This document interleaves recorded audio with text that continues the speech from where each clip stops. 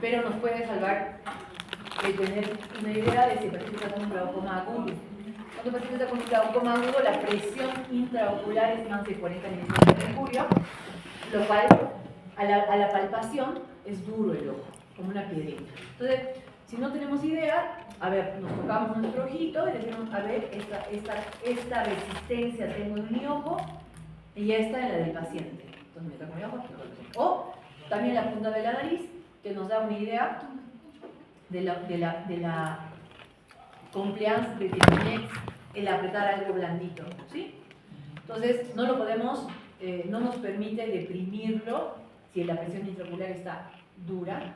Entonces comparamos, tocamos, nos da una idea, oye, este puede ser una presión ocular alta, ¿ya?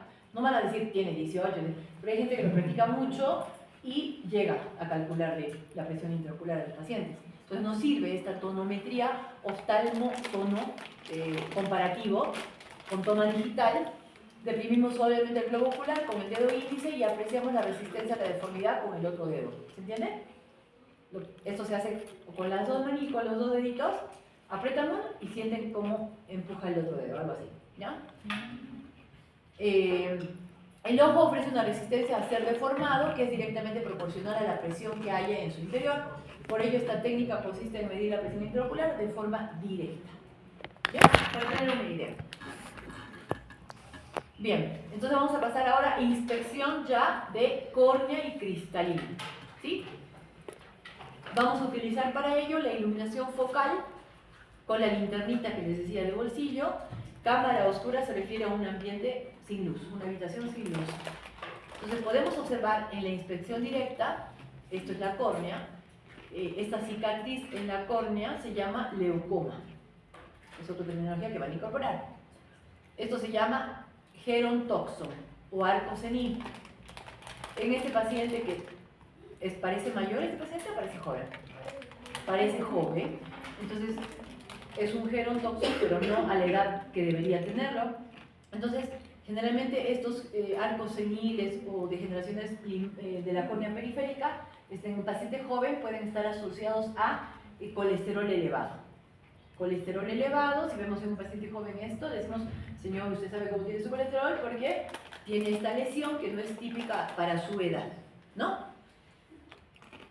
Luego tenemos en inspección también directa con la linternita en cámara oscura la pupila. Miramos la pupila normalmente es negra porque es medio transparente, que entra toda la luz. Si vemos la pupila blanca se llama leucocoria, y este paciente parece mayor o joven. Mayor. Entonces puede ser una catarata, eso se llama catarata. Y en un niño también tiene leucocoria. Fíjense que su pupila del lado izquierdo está negrita y su pupila del lado derecho está blanca, ¿cierto? Puede ser que no tenga catarata, o puede ser que sí, pero lo más probable es que sea como ya la visión de la falta del reflejo rojo que tienen. ¿Viste cuando nos tomamos la foto y salía el ojo rojo? Y bueno, ahora no se nota mucho por culpa de la tecnología, ya no salimos con ojos rojos. Pero antes, mucha gente se daba cuenta de los hijos con esta leucocoria. Decían, oye, ¿por qué a un hijo le salió rojo y el otro le salió blanco? Y era que tenían retinoblastoma, o sea, un cáncer en el ojo. Y detectado a tiempo gracias a una foto, con flash, que antes se tomaba. Entonces no hay reflejo rojo, hay leucocoria también, pero eso es básicamente en la retina un cáncer. Otra cosa que podemos ver en esta, por ejemplo, en esta observación directa, ya sabemos más o menos las reacciones de la conjuntiva. Decimos ojo rojo, inyectado. Decimos inyección periférica. ¿Hemos visto inyecciones? Todavía no, ¿no? Ah, ya. Pero vemos el ojo rojo, vemos la córnea opaca, o se ve transparente. Se ve opaca. Parece que hay edema en la córnea, o sea, hay agua en la córnea. La córnea normalmente es transparente porque no tiene agua. Entonces hablamos de un edema de córnea, hablamos de un ojo rojo con inyección conjuntival, porque las venitas están dilatadas en la conjuntiva. En este caso es inyección ciliar y periférica, o sea, todo el ojo está rojo. Ciliar es cerca del limbo esclerocorneal, ciliar. Habla de patología grave. si vemos venitas dilatadas alrededor del limbo, habla de una enfermedad grave dentro del ojo. Vemos edema de córnea, vemos la pupila, no sabemos si es midriática o responde a la luz o no responde, no sabemos. Y vemos atrás algo blanco, entonces suponemos que es una catarata, ¿cierto? Entonces, en este caso, este ojo así, con estas características, es una típica inspección de un glaucoma agudo. A ver, hay que tocar el ojo y de repente lo tiene duro, está, glaucoma agudo. Entonces, esto podemos ver en la inspección de córnea y del cristalino con una simple linterna en cámara oscura. Luego vamos a ver en inspección las pupilas. Entonces, eso se habla, las pupilas serían la motilidad ocular intrínseca. La extrínseca eran los músculos extraoculares, los músculos que se manejan en el globo ocular, y la intrínseca la que maneja la pupila, con los músculos ciliares. Entonces tenemos, según el tamaño normal de las pupilas, es de 2 a 4 milímetros, y hablamos de miosis cuando miden menos de 2 y midriasis cuando miden más de 4. Según la relación entre los dos ojitos, si son iguales las pupilas, se llaman isocóricas, igual tamaño. Anisocóricas, diferente tamaño. Y si son discóricas, diferente forma. ¿Bien? O sea, puede ser una pupila redonda y la otra ovalada o como en forma de millones de formas. ¿Ya? Entonces tenemos, según el tamaño, iso y aniso. Y según la forma, discórica. Según la respuesta a la luz, reactiva y arreactiva. Reactiva es cuando uno le muestra la linternita del bolsillo y se contrae, hace miosis. Esa es directamente la reacción a la luz en ese ojo. Y arreactivas es cuando le muestra la luz, no se mueve para ningún lado, está ahí la pupila. Y después vemos los reflejos fotomotor directo y consensual. El directo es cuando uno le alumbra ese ojo, hace miosis en el ojo estimulado, y consensual, miosis en el ojo contralateral también. ¿Se entiende? Entonces eso se llama reflejo fotomotor. Entonces decimos que una pupila es reactiva cuando se contrae con la luz. Entonces cuando un paciente tiene un accidente de tránsito, ¿qué hacen primero? Le abren el ojo, le ponen la linterna, y si tiene reacción, dicen, este no está muerto, ¿sí o no? Porque si no tiene reacción, puede estar muerto. O sea, muerte cerebral, no muerto de que no respira. ¿Me entienden? Y si vemos que hace reflejo fotomotor, nos deja más tranquilo si tiene reflejo fotomotor presente también. O sea, sí, porque habla de los diferentes lugares donde pueden ser las lesiones.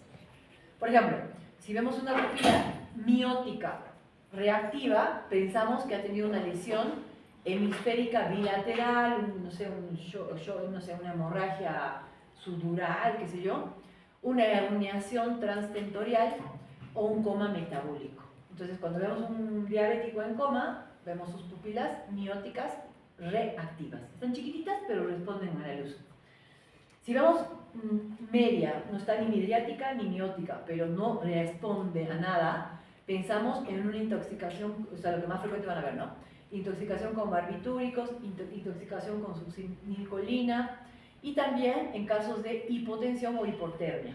Entonces podemos ver medias no reactivas.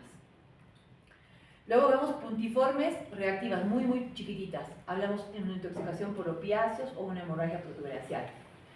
Podemos ver también una midriasis de un lado, unilateral arreactiva. Ahí pensamos, por ejemplo, en una lesión periférica del tercer par craneal.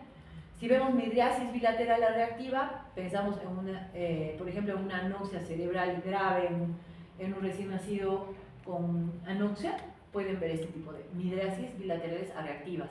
También en la intoxicación con atropina, que también se usa. ¿Para qué se usa la atropina en el campo? No, la atropina no. Órganos fosforados, ¿no? Órganos fosforados. La intoxicación con cocaína, en este caso también nos va a dar una midriasis bilateral reactiva. Anfetamina también. A diferencia de los barbitúricos, que nos da medias no reactivas. O sea, es igual, pero son más grandes las pupilas en la intoxicación con anfetaminas o con cocaína. Y en este caso la miótica de un solo lado nos puede hablar ya de una lesión más profunda, una herniación transtentorial. Entonces, no es para que se lo aprendan de memoria, pero para que sepan que la evaluación o la inspección de las pupilas nos puede orientar al lugar de la lesión en el cerebro. Bulbo y protuberancia. ¿Bien? Entonces, muy interesante el tema de las pupilas. Otra cosa que vamos a ver es el examen de los fondos de ojos con oftalmoscopía directa monoocular. Ese es el aparatito que ustedes pueden adquirir, como les dije, es algo que ustedes deben aprender a usar. Esto se hace en una cámara oscura también, del fondo del ojo, con la pupila normal o con la pupila dilatada. Para dilatar la pupila hay que usar gotillas. Entonces se utiliza como midriáticos, no mucho la atropina, sino la fenilefrina, que nos permite una dilatación de la pupila, pero no permanente. La atropina te dilata por lo menos por 4 días la pupila. Eso también es importante preguntar a los pacientes. Me ha tocado a veces que viene un paciente con la pupila dilatada arefléctica, si no tiene reflejo conductor, y contándome qué le está pasando esto, que cualquier cosa. Entonces, si tú no le preguntas al paciente, ¿pasó donde otro médico y le hicieron un examen de fondo de ojo por casualidad? Ni te enteras y te asustas. Dices, oye, tiene la pupila midriática, no responde a la luz, ¿qué pasó aquí? Y no, fue que el paciente fue a otro consultorio antes que venir contigo y le habían dilatado la pupila. Siempre preguntar, si le han hecho gotitas y eso. Entonces, antes de hacer el examen, por ejemplo, con dilatación, es importante que puedan con la linterna de bolsillo iluminar desde la parte temporal y ver esto, si pasa la luz hacia el otro extremo, hacia la parte nasal o no.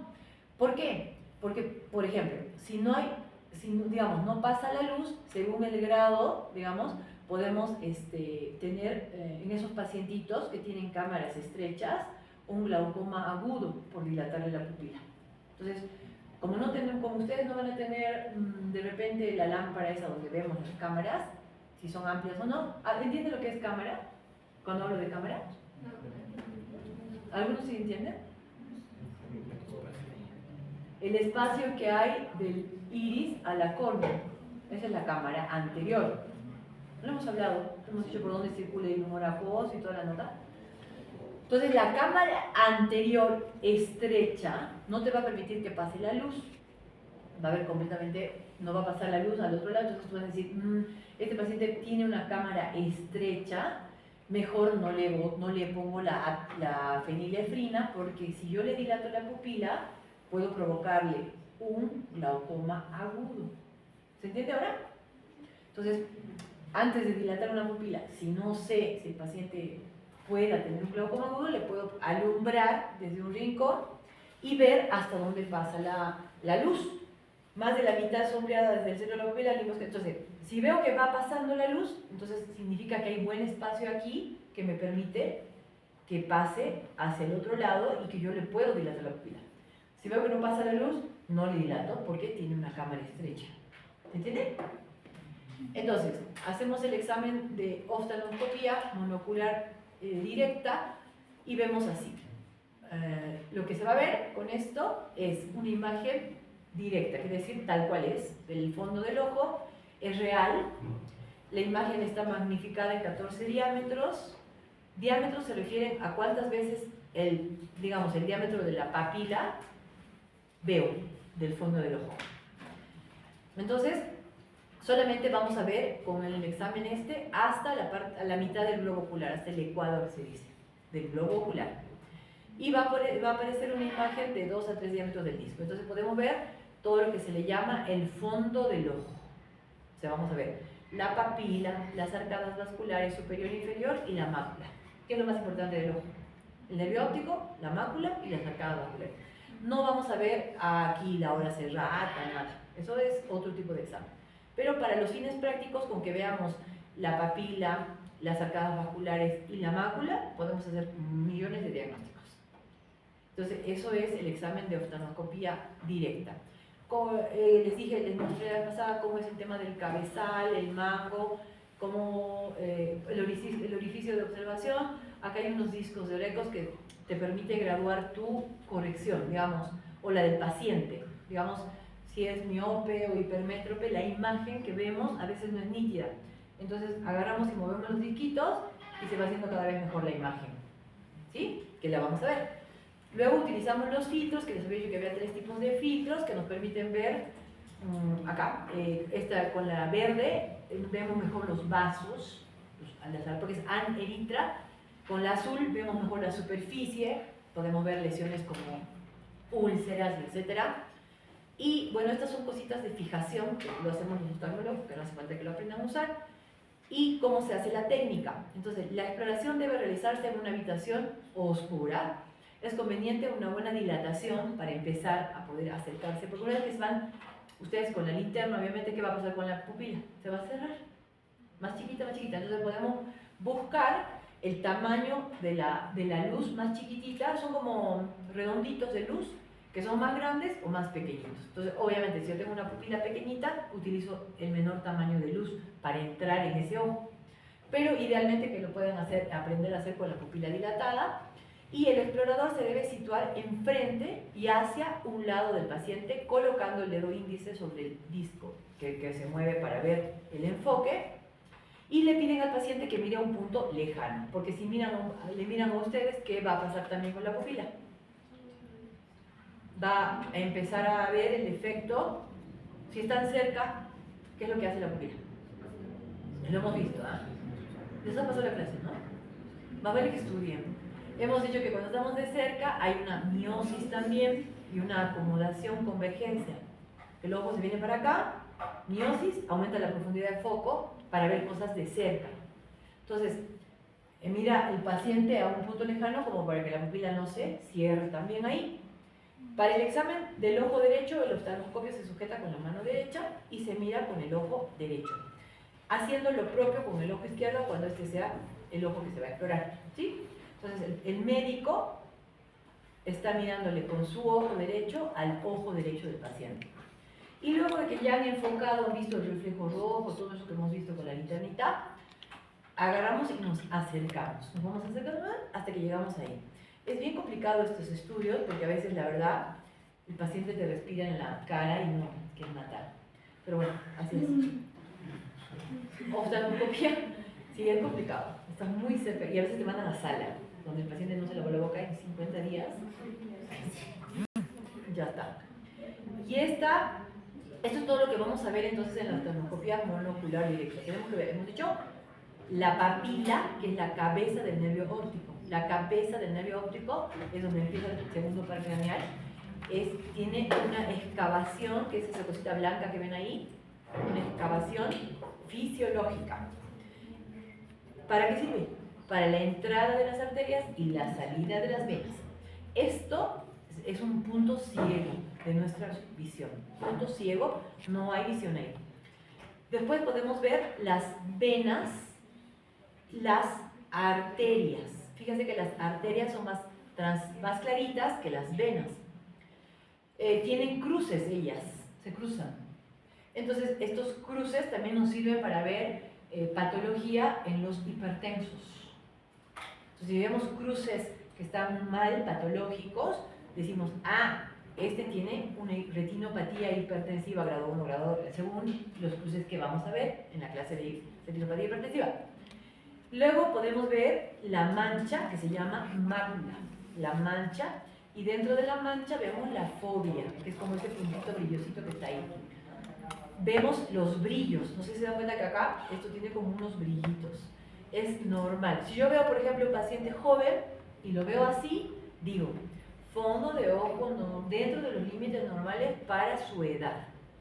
Si yo veo un paciente viejito con brillito, algo malo le está pasando, porque los brillos se pierden con la edad. Entonces digo, acá debe estar haciendo algo, una membrana hiperretiniana, alguna cosita mala, porque no debe brillar a esa edad. ¿Se entiende? Se describe entonces la papila, la cabeza, los bordes, el color, las arcadas vasculares, los cruces arteriovenosos, el color y características de la mácula.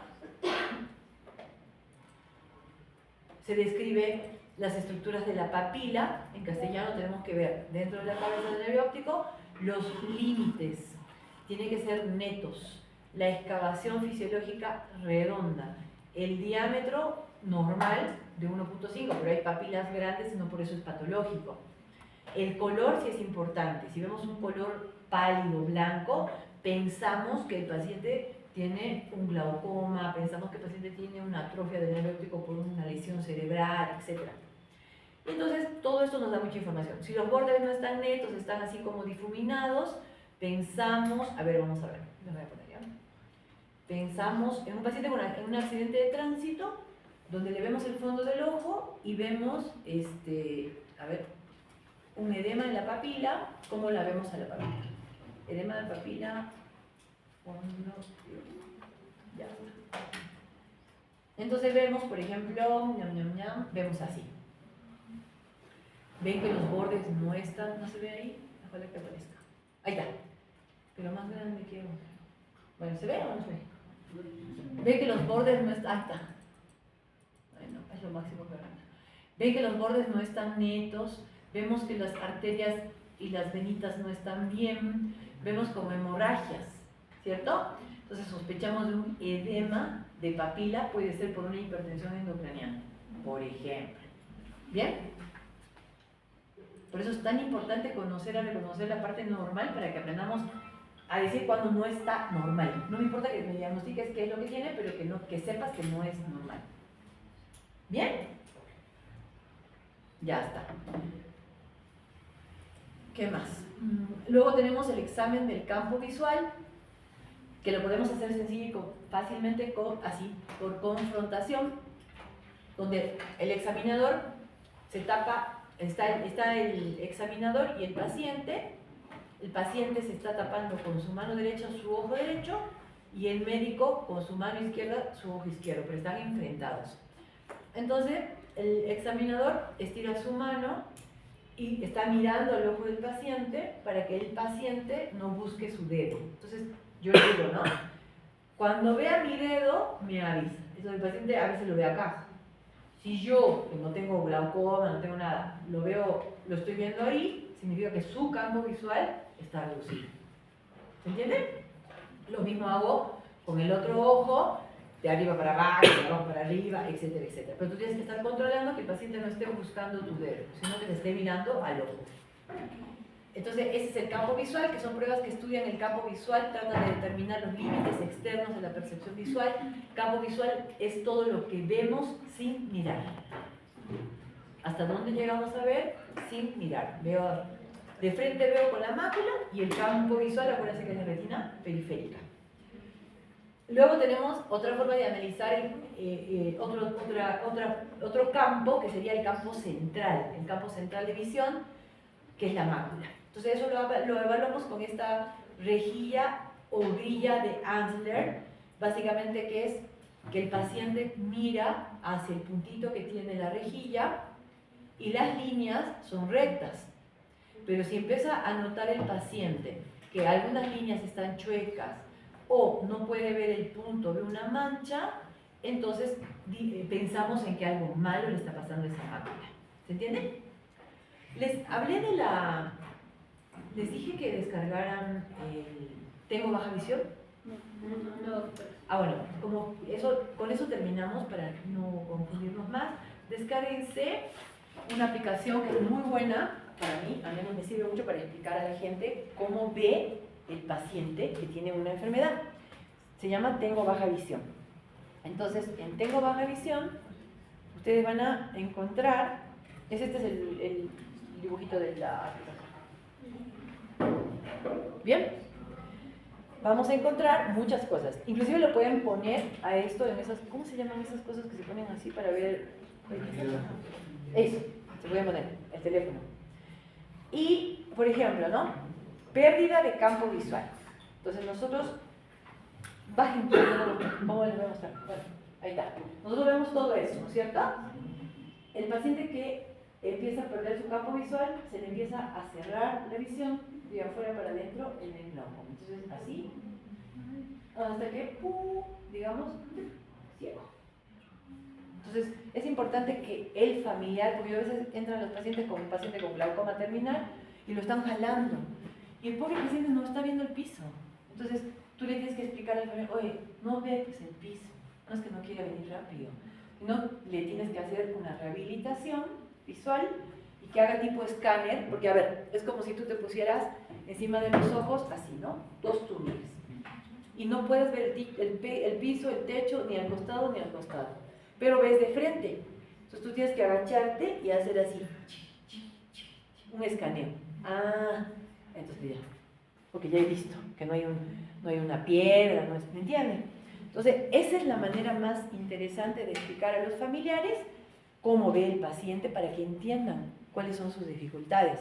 Tienes, por ejemplo, tienes el de, el de mácula, cómo ve un paciente con problemas en la mácula, pérdida de visión central. Lo mismo, entonces tenemos así, toda la visión, y un paciente que empieza a ver una mancha, entonces quiere verla allá, no ve. Tiene que mover la mancha para ver mejor. Pérdida de la visión central. Luego tenemos, por ejemplo, esto. ¿Ya? Es así. A ver qué creen que le está ocurriendo a este paciente. Fotofobia. Le molesta la luz. O la ve más intensa de lo normal. Ya está. Vemos también este. A ver.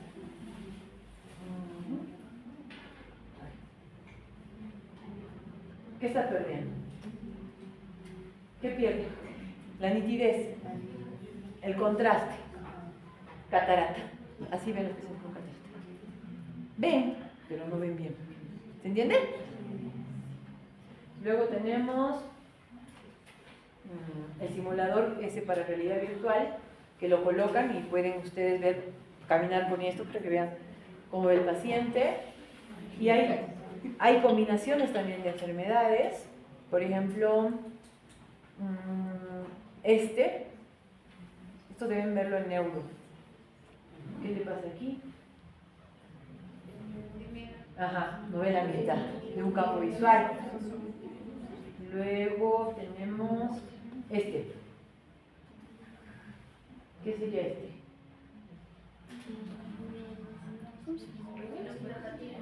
Claro, puede tener una retinopatía diabética, puede haber sido tratamiento y cada disparo de láser es una mancha en la visión. Pierde la visión. Luego tenemos campo visual. A ver así. ¿Qué está pasando aquí? ¿Notan? Hay la distorsión de la imagen. Tu cara. Una distorsión. Puede ser en maculopatías también iniciales. O sea, está bueno. Esta aplicación a mí me gusta mucho porque me sirve mucho, sobre todo para explicarle a la gente cómo ve su familiar, cómo le pueden ayudar. Porque muchas veces por falta de entender cómo ve, no sabemos cómo ayudarlos, que es básicamente lo que me interesa. ¿Entendieron? Les va a servir, ¿ya? ¿Alguna pregunta hasta ahí? ¿Ah? ¿Todo bien? Ya, entonces vamos a terminar. La próxima clase tenemos que hacer ya la maqueta, ¿no? Sí.